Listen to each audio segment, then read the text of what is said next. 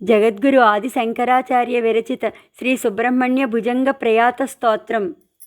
సదా బాలరూపాపి విఘ్నాద్రిహంత్రీ మహాదంతి వక్త్రాపి పంచాస్యమాన్యా విధీంద్రాదిముర్గ్యా గణేశాభిధానే విధత్తాం శ్రియం కాపి కళ్యాణమూర్తి. సదా బాలరూపాపి విఘ్నాద్రిహంత్రీ మహాదంతి వక్త్రాపి పంచాస్యమాన్యా విధీంద్రాదిమృగ్యా గణేశాభిధానే విధత్తాం శ్రియం కాపి కళ్యాణమూర్తి. న జానామి శబ్దం న జానామి చార్థం న జానామి పద్యం న జానామి గద్యం చిదేకాషడాస్య హృది ద్యోతతే మే ముఖాన్నిస్సరంతే గిరశ్చాపి చిత్రం. మయూరాధిరూఢం మహావాక్యగూఢం మనోహారిదేహం మహచ్చిత్తగేహం మహీదేవదేవం మహావేదభావం మహాదేవబాలం భజే లోకపాలం. యదా సన్నిధానం గతా మానవా మే భవాంబోధిపారం గతాస్తే తదైవ ఇతి వ్యంజయన్ సింధుతీరేయ ఆస్తే తమీడే పవిత్రం పరాశక్తిపుత్రం. యదాబ్ధేస్తరంగా లయం యాంతి తుంగా సదైవాపదసన్నిధౌ సేవతాం మే ఇతి ఓర్మ పంక్తి నృణాం దర్శయంతం సదా భావయే హృత్సరోజే గుహంతం. గిరౌ మన్నివాసే సదా ఏధిరూఢా సదా పర్వతే రాజతే తేధిరూఢాః ఇతీవ బ్రువన్ గంధశైలాధిరూఢా సదేవో ముదే మే సదా షణ్ముఖోస్తు. మహాంబోధితీరే మహాపాపచోరే మునీంద్రానుకూలే సుగంధాఖ్యశైలే గుహాయాం వసంతం స్వభాసాలసంతం జనాత్తిం హరంతం శ్రేయామో గుహంతం. మహాంబోధితీరే మహాపాపచోరే మునీంద్రానుకూలే సుగంధాఖ్యశైలే గుహాయాం వసంతం స్వభాసాలసంతం జనాత్తిం హరంతం శ్రేయామో గుహంతం.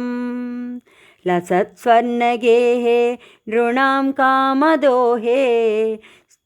సుమస్తోమ సంచన్న మాణిక్యమంచే సముద్యత్సహస్రార్క తుల్యప్రకాశం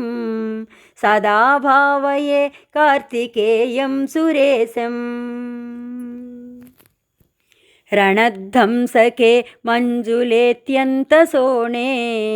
మనోహారి లావణ్య పీయూషపూర్ణే మనఃషట్పదో మే భవక్లేశతప్త సదా మోదతాం స్కందతే పాదపద్మే సువర్ణాభదివ్యాంబరైర్భాసమానాం క్వణత్కింకిణీమేఖలా శోభమానాం లసద్దేమపట్టేన విద్యోతమానాం కటిం భావయే స్కంద తే దీప్యమానాం. పులిందేశకన్యా ఘనాభోగతుంగా స్తనాలింగనాసక్త కాశ్మీరరాగం నమస్యామ్యహం తారకారే తవోరః స్వభక్తావనే సర్వదా సానురాగం. విధౌ క్లుప్తదండాన్ స్వలీలాధృతాండాన్ నిరస్తే భసుండాన్ ద్విషత్కాలదండాన్ హతేంద్రారిషండాన్ జగత్రాణసౌండాన్ సదా తే ప్రచండాన్ శ్రేయే బాహుదండాన్ सदा शारदाशण्यागाङ्का यदि स्युः समुद्यन्त एव स्थिताश्चेत्समन्तात् सदा पूर्णबिम्बाः कलङ्कैश्च हीना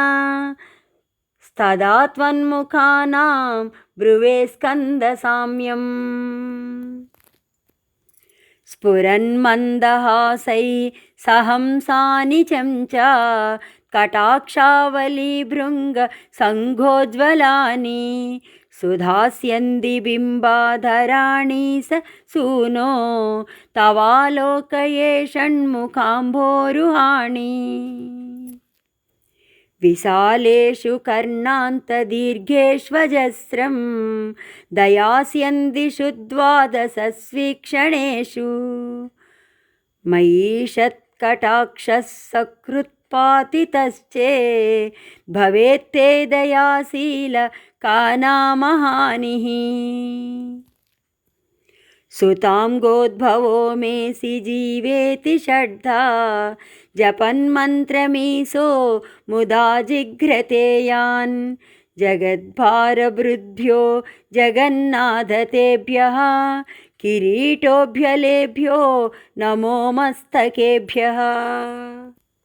स्फुरद्रत्नकेयूरहाराभिरामा चलत्कुण्डलश्रीलसद्गण्डभागः कटौ पीतवासाः करे चारुशक्तिः पुरस्तान्ममास्तां पुरारेस्तनूजः इहायाहि वत्सेति हस्तान् प्रसार्य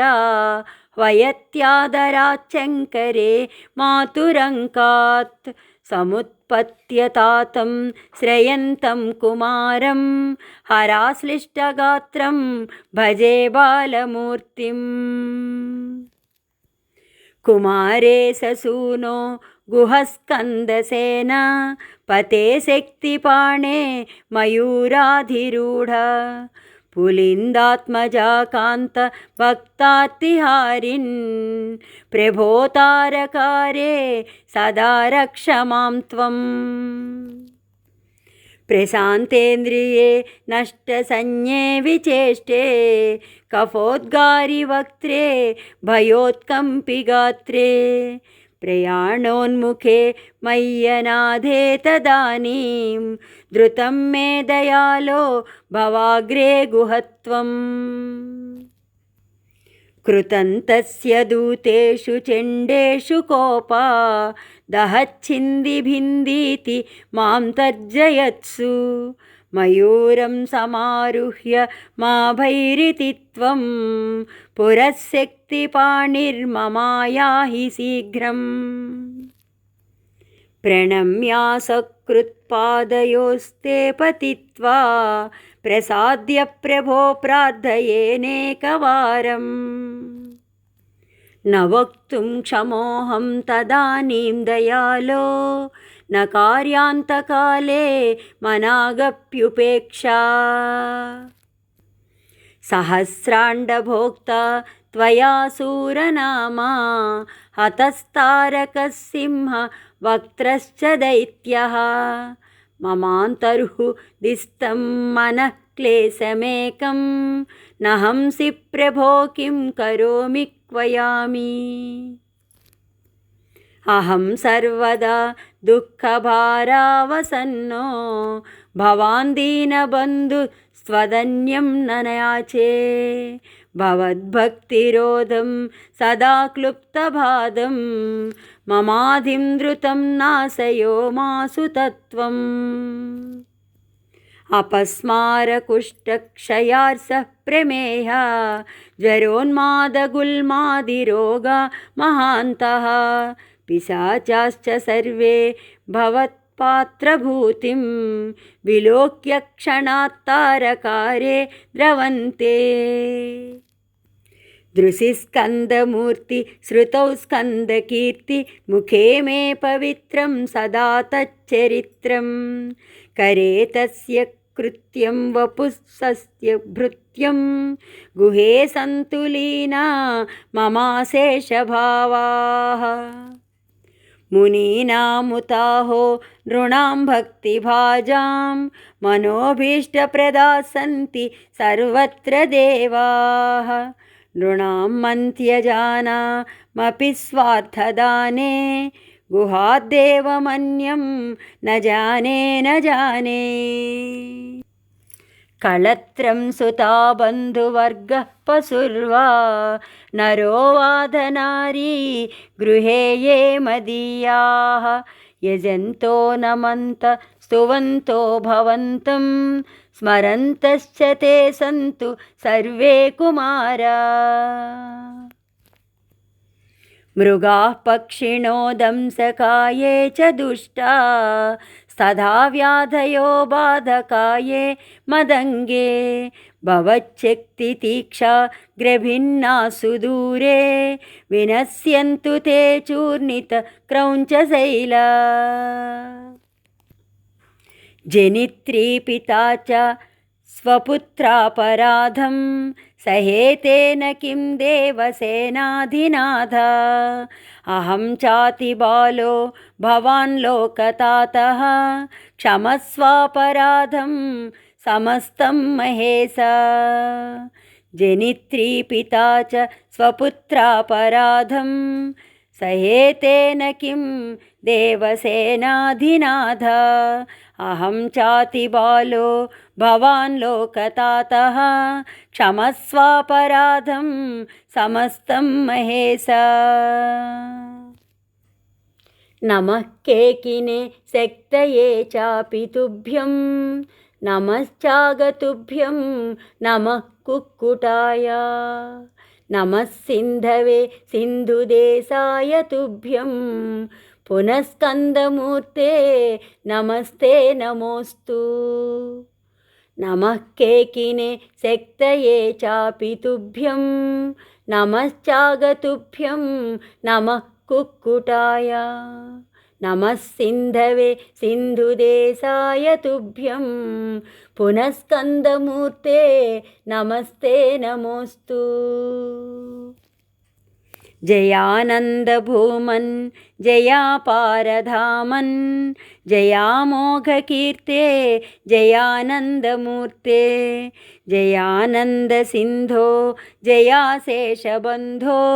जयत्वं सदा मुक्तिदाने ससूनो जयानन्दभूमन् जयापारधामन् जयामोघकीर्ते जयानन्दमूर्ते जयानन्दसिन्धो जयाशेषबन्धो जयत्वं सदा मुक्तिदाने सूनो भुजङ्गाख्यवृत्तेन क्लुप्तं स्तवं यः पठेद्भक्तियुक्तो गुहं सम्प्रणम्य सपुत्रान् कलत्रं धनं दीर्घमायु लभेत् स्कन्दसायुज्यमन्ते नरः सः।